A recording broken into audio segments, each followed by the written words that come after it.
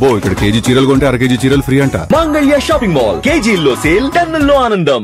అన్నా ఇది మీరు ఇందాక చెప్పారు, ఆది మూవీలో కూడా గ్యాంగ్ మొత్తం ఉన్నారు, ఒక 4-5 మెంబర్స్ ఉన్న వాళ్ళందరూ కూడా ఉన్నారు. అందులో ఫిష్ వెంకట్ గారు కూడా ఉన్నారు.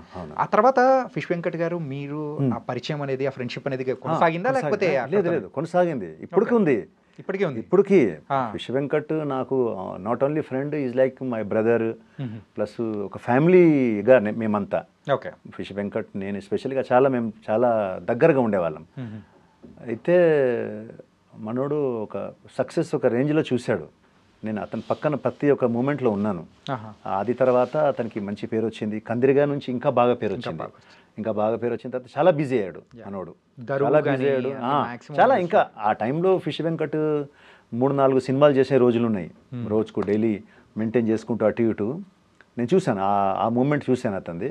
అండ్ ఇప్పుడు ప్రెసెంట్ హెల్త్ కండిషన్ చాలా అంటే కొన్ని మన మీదనే ఉంటుంది బ్రదర్. అది ఇప్పుడు నేను మీకు ఎంత చెప్పినా మీరు వినే మూడ్లో లేకుంటే మనం చెప్పలేం. ఒకసారి 2 సార్లు చెప్తాము. ఓకే.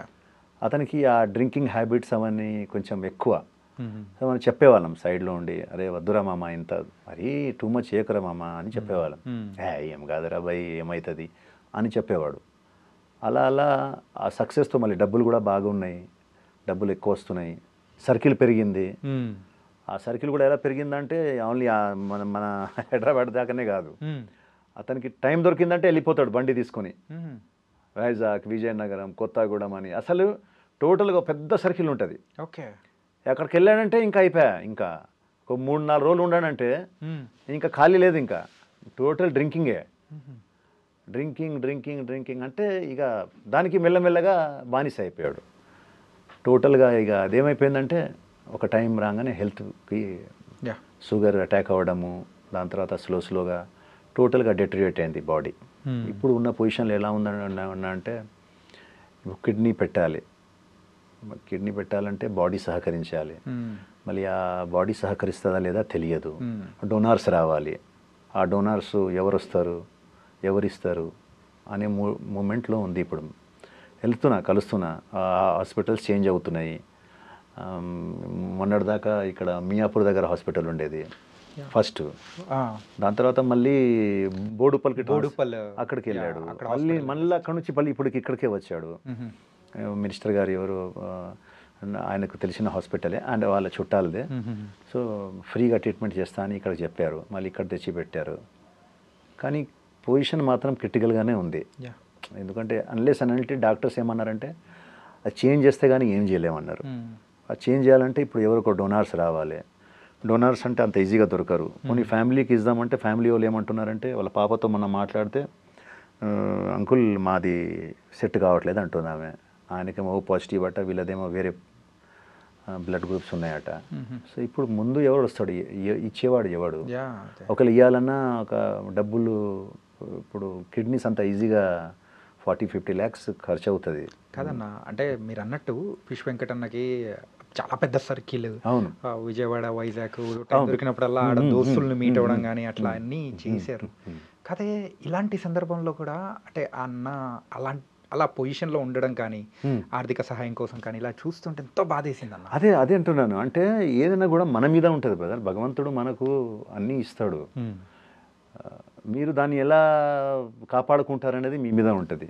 హెల్త్, మనీ, ఫ్యామిలీ అన్నీ మీకు ప్రొవైడ్ చేస్తాడు.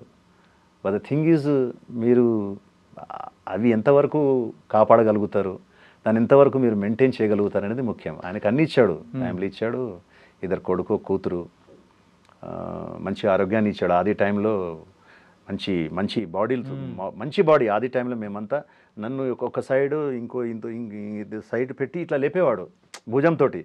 అంత గట్టి మనిషి. ఆ టైంలో అంత గట్టిగా ఉన్నాడు. ఇప్పుడు చూడండి, ఇప్పుడు అదే మనిషి అసలు నడవాలి, ఇంక 2 అడుగులు వేయాలంటే కష్టం. సో అది చేసుకున్నది అతనే, దానికి ఎవరు కారకులు గారు.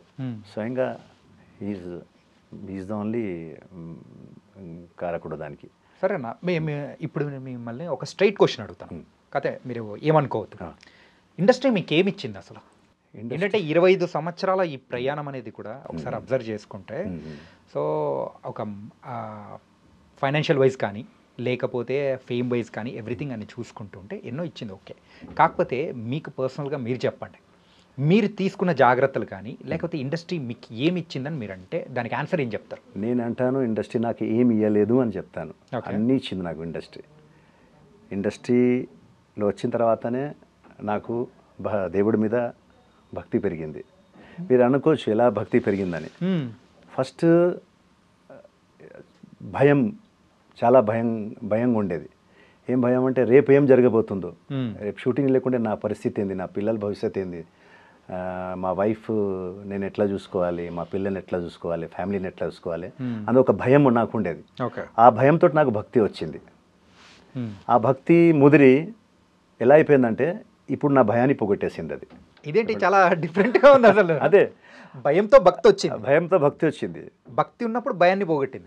ఆ భక్తి ముదిరిపోయి ఓకే. అంటే ఇప్పుడు నేను టోటల్గా ఎలా ఉన్నానంటే నాకు అసలు టెన్షన్స్ లేవు, నేను ఏది కూడా నా మీద వేసుకోను. ఆ భగవంతుడు ఉన్నాడు, ఎందుకు ఏదైనా ఇన్ని రోజులు 25 years నన్ను చూసుకున్నాడు, ఇంకా ముందు చూడడా, నాకంతా బాగానే ఇస్తున్నాడుగా.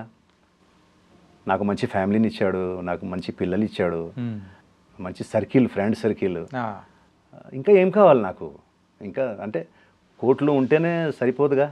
ఇప్పుడు మన కోట్లు ఉండి ఇవన్నీ లేదంటే వేస్ట్ కదా లైఫ్. ఎంతమంది దగ్గర డబ్బులు ఉన్నాయి, ఆరోగ్యం లేకుంటే ఎందుకు? ఆరోగ్యం లేనప్పుడు మీరు వేస్ట్. డబ్బులు ఏం చేస్తాం? దాని మీద పండుకుంటామా, తింటామా? తినడానికి మరి అది రోటీ, అదే మీకు అన్నం కావాలిగా. ప్లస్ రకరకాల వంటలు తినాలంటే మీరు మీ ఆరోగ్యం బాగుండాలి కదా ఫస్ట్. ధనాలు డబ్బులు సంపాదించే పిచ్చిలో ఇవన్నీ పోగొట్టేస్తున్నారు. ఫ్యామిలీని పోగొట్టేస్తున్నారు. బయట ఇల్లీగల్ అఫేర్స్ అని. నీకు సక్సెస్ వచ్చిందని నువ్వు రోజు రెగ్యులర్గా సాయంత్రం అవగానే నువ్వు తాగడము, తినడము అంటే నీ బాడీని నువ్వు ఎలా యూజ్ చేసుకుంటున్నావు అంటే ఒక డస్ట్బిన్ లాగా యూజ్ చేసుకుంటున్నావు. నువ్వు దాన్ని ఇష్టం వచ్చినట్టు చేసిన తర్వాత ఒకరోజు నీ చేతికి వస్తుంది అది. అప్పుడు నీ పరిస్థితి ఏంది? సక్సెస్ ఎప్పుడైనా రావచ్చు. సక్సెస్కి ఏముంది? కొందరు 70-80 years సక్సెస్ అయిన వాళ్ళు కూడా ఉన్నారు. ఈరోజు ఒక ఆయన చనిపోయారు, 119 years అట. ఆయన world famous marathon runner, 119 years. అతను మ్యారథాన్ రన్నింగ్ స్టార్ట్ చేసింది 90 yearsలో అట. 90 years నుంచి వితిన్ అటు 10 ఇటు 19 అంటే 29 yearsలో వ్యాప్తంగా అతను పేరు సంపాదించాడు. ఈరోజు అతను చనిపోయినందుకు మీడియా దగ్గర నుంచి అందరు బాధపడుతున్నారు. ఎందుకని? అతను ఆ ఏజ్లో కూడా సక్సెస్ వచ్చింది. ఇన్ఫాక్ట్ ఆయన ఎవరో నాకు తెలియదు, కానీ ఇట్లా మనం మాట్లాడుకుంటున్నామంటే అంతే కదా. అన్ని పేపర్స్లో, అన్ని న్యూస్లో అతని గురించి వచ్చింది. 90లో అతను మ్యారథాన్ మొదలు పెట్టాడట. వితిన్ 29 yearsలో ఆల్ ఓవర్ వరల్డ్లో ఎన్నో అవార్డ్స్ గెలిచి, ఎన్నో నేషనల్ అవార్డ్స్ గెలిచి ఆయన 119 yearsకి మొన్న యాక్సిడెంట్లో ఏదో బండి గుద్దేస్తే చనిపోయాట. కానీ అన్ని మీడియా మాట్లాడుకుంటుందే మంచితనం గురించి, అతను సాధించిన దాని గురించి మాట్లాడుకుంటా. అదే సక్సెస్కు ఏజ్ లేదు. కానీ మీరేం చేస్తున్నారు? మీకు త్వరలో సక్సెస్ వచ్చేస్తే, త్వరలో మీ చేతిలో సక్సెస్ వచ్చే వరకు మీ రూట్ ఎక్కడికి వెళ్తుంది? మీరు ఏం చేస్తున్నారు? ఇష్టం వచ్చినట్టు బిహేవ్ చేస్తున్నారు. మీ బాడీని ఇష్టం వచ్చినట్టు మీరు తాగి ఇది చేసుకొని, ఏ ఫ్యామిలీ అయితే మీ ఆపదలో ఉంటుందో, మీకు ఆపద వచ్చినప్పుడు మీతో ఎవరు ఉండరు. గుర్తుపెట్టుకోండి. ఎవరైనా నాతోటి మీతోటి ఎవరైనా కానీ మీకు ఏదైనా హాస్పిటల్ బెడ్లో ఉన్నానంటే మీ ఫ్యామిలీ తప్ప మిమ్మల్ని ఎవరు చూడరు. సందర్శించడానికి వస్తారు అంతే. అరే అయ్యయ్యో చాలా అబ్బా పాపం ఏంది ఇట్లా అయిపోయింది అంతే. వాళ్ళు వెళ్ళిపోయిన తర్వాత మళ్ళీ దాని తర్వాత మీ గురించి పట్టించుకోరు. కానీ మీ వైఫ్, మీ పిల్లలు మీ పక్కనే కూర్చొని ఉంటారు. వాళ్ళు మీ గురించి అసలు మా డాడీ ఎప్పుడు లేస్తాడా బెడ్ మీద నుంచి, పిల్లలు, మీ వైఫ్, నా హస్బెండ్ ఎప్పుడు లేస్తాడా, క్షణం మా భగవంతుడిని ప్రార్థిస్తూ ఉంటుంది మీ గురించి. అంటే ఆ ఫ్యామిలీనే మీరు సక్సెస్ రాగానే మీకు నెత్తికి కొమ్ములు వచ్చేసి మీరు వాళ్ళనే మర్చిపోతున్నారే. ఈ బాడీ ఏదైతే మీకు ఈ సక్సెస్ ఇచ్చిందో, అసలు పని చేయాలంటే ఈ బాడీయే కదా. అలాంటి మీ సక్సెస్కి వచ్చిన ఈ బాడీని మీరు ఇష్టం వచ్చినట్టు వాడుతున్నారే. తాగుతున్నారు, తింటున్నారు, ఇష్టం వచ్చినట్టు చేస్తున్నారు. కానీ మీ దగ్గర నుంచి ఈ కైండ్ ఆఫ్ ఆన్సర్ ఇంత మెచ్యూర్డ్గా అయితే అసలు ఎక్స్పెక్ట్ చేయలేదు. నేను అదే చెప్పా, ఇది భక్తితోటే వచ్చింది. ఇది మాత్రం నాకైతే షాకింగ్, సర్ప్రైజింగ్. నిజంగా నాకు ఎప్పుడైతే ఈ భక్తి భావంలో వెళ్ళానో, భగవంతుడు ఇవన్నీ చదవడం మొదలు పెట్టాను, అవన్నీ చేసిన తర్వాత రీసెంట్లీగా అంటే నేను మందు ఇవన్నీ సిగరెట్స్ అవన్నీ ఎప్పుడో మానేసా. అంటే అలవాటు ఉందా అన్న గట్టిగా? అంతకుముందు ఉండేది, ఒక 15 years బ్యాక్ నుంచి అన్నీ మానేసా. రీసెంట్లీగా కాణిపాకంకి వెళ్ళి నాన్ వెజ్ కూడా మానేసా నేను. ఒక 2 years బ్యాక్ వెళ్ళి టోటల్గా ఇంకా శాకాహారి, ఇంకా అంటే ఇంకా ఇవన్నీ కూడా పక్కన పెట్టేసి, ఏంటంటే మనం వెళ్తూ ఏదో గుడి కనిపిస్తుంది, మనం వెళ్ళాలనుకుంటాము, కానీ ఏదో నాన్ వెజ్ తినేసి ఉంటాము. అయ్యో పోలేకపోయామే లోపల, ఈరోజు నాన్ వెజ్ తిన్నామే, అదే తినకుంటే మనకు బాగుంటుంది కదా, మనం ఎక్కడైనా ఎప్పుడైనా వెళ్ళొచ్చు కదా అని చెప్పేసి ఇవన్నీ థాట్ వచ్చి వద్దు ఇవన్నీ. అయినా కూడా ఒక 40 తర్వాత నేనే కాదు, అంటే నేను ఒక అడ్వైస్ ఇవ్వడమే అందరికీ, యూత్కి కానీ సినిమా ఇండస్ట్రీలో ఉన్న వాళ్ళు కానీ ఎవరైనా ప్రతి ఒక్కరికి అడ్వైస్ ఇవ్వడం ఏంటంటే 40 years తర్వాత మీరు నాన్ వెజ్ మానేస్తేనే బెస్ట్.